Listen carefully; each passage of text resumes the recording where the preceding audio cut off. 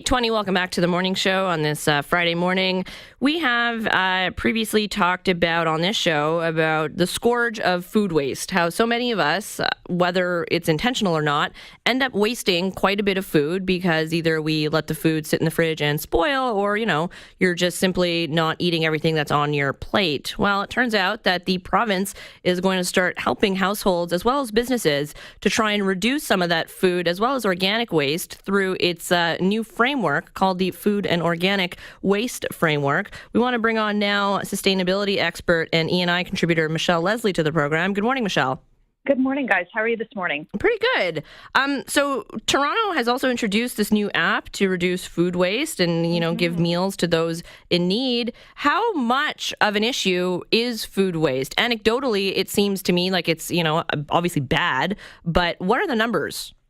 So, I'm glad you already mentioned the fact that there are solutions because I'm so excited to talk about some of the things that we can do to help this problem. So if food were a country, it would be the third highest greenhouse gas emitter, only behind the U.S. and China. So you'd have U.S., China, and then food.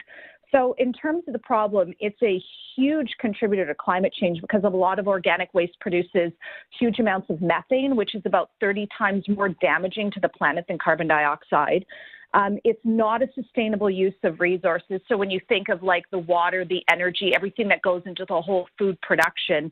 And then, of course, the big problem really is that instead of getting food onto plates, it's going into landfills. So you've got huge issues with food insecurity and poverty. In fact, World Vision did a study, and they said that globally, right now, we waste enough food that we could feed 2 billion people every year. So essentially, we could almost solve the issue of poverty if we could somehow take this food waste and get it into the mouths of people who need it. And if you look closer at Canada, we waste about 40% of all the food that we produce.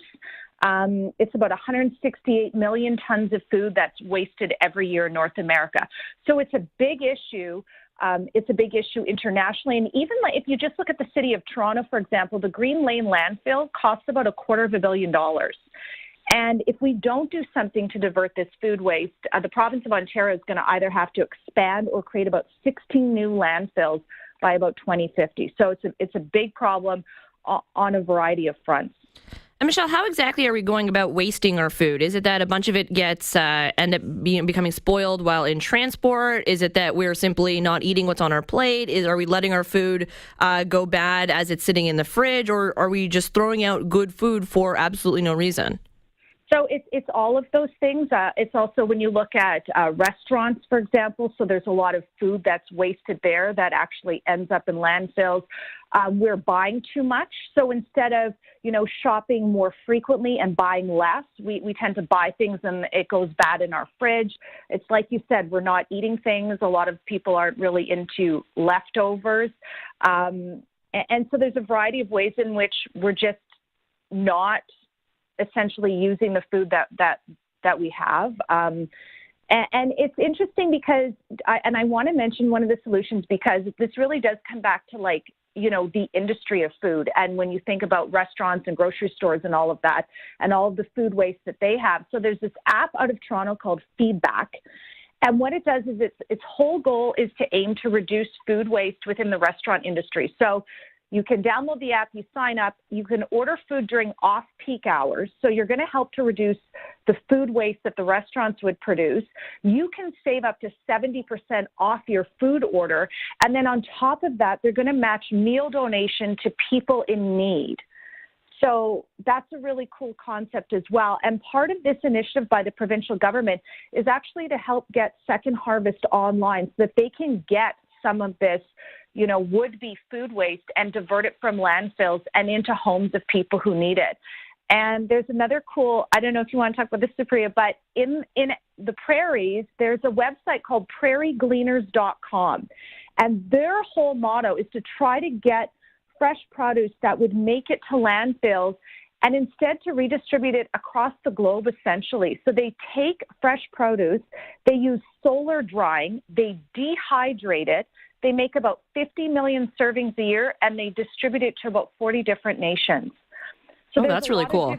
Isn't that a cool concept? When I was reading about it, I thought this is just, probably a lot of people don't know about the work that they're doing, but what a cool way to help feed people around the planet and people who need it. And there's this also cool website. It was started in 2014 by a chef, I believe in Toronto as well. And it's called feeditforward.ca. And their whole motto is feed Canadians and not landfills. And so it's about diverting, especially fresh produce. I mean, you hear it all the time, like what food banks need, right? Yeah. And a lot of it really is fresh produce. And, one of the astounding facts, too, is our need for food is actually increasing in the sense that the Daily Bread Food Bank published a report and said the number of hungry Torontonians is rising. So you are looking at about 2.6 million rescue meals that are needed every year and about 1 million trips to the food bank. Seniors, the fastest growing population, and people need the food bank. They need access to it about twice as long as they used to in the past, so for about 2 years. It's astounding to me because if you think about it, when you're walking down a busy street in Toronto, for every 8 people that pass you, one of them is hungry. Well, that's an incredible stat. Which just underscores the urgency of trying to deal with food waste. For me, the most urgent need is feeding people, right? You can address so many issues if people have nutrition and proper nutrition, right? It's not just about things out of cans, but that fresh produce that they really need. And then, of course, the climate impacts, and then more sustainably using their resources. Now, if people are listening and they're like, Michelle, I have this apple tree in my front yard. I hate getting the apples down. There's another really cool organization in Toronto called Not Far From the Tree. And what it is if you have a fruit tree, you call them. They will come by and they will pick the fruit off your tree. A third of it goes to the homeowner, a third to the volunteers doing the work, and a third of it goes to local food banks.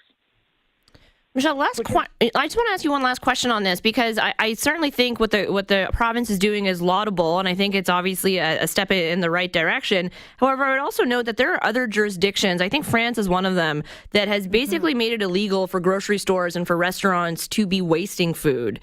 Is that what we should be following, or is that sort of a step too far, or is it not as efficient as perhaps what the province is doing right now? I definitely think we should be heading in that direction, and I think I kind of see this as the first step to getting there.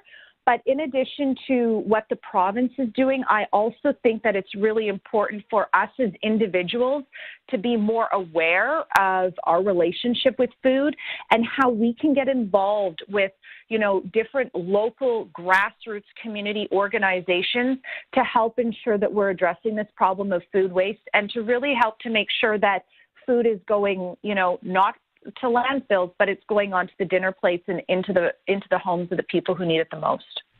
Michelle, thanks so much for this. Really appreciate your time. Thanks for having me.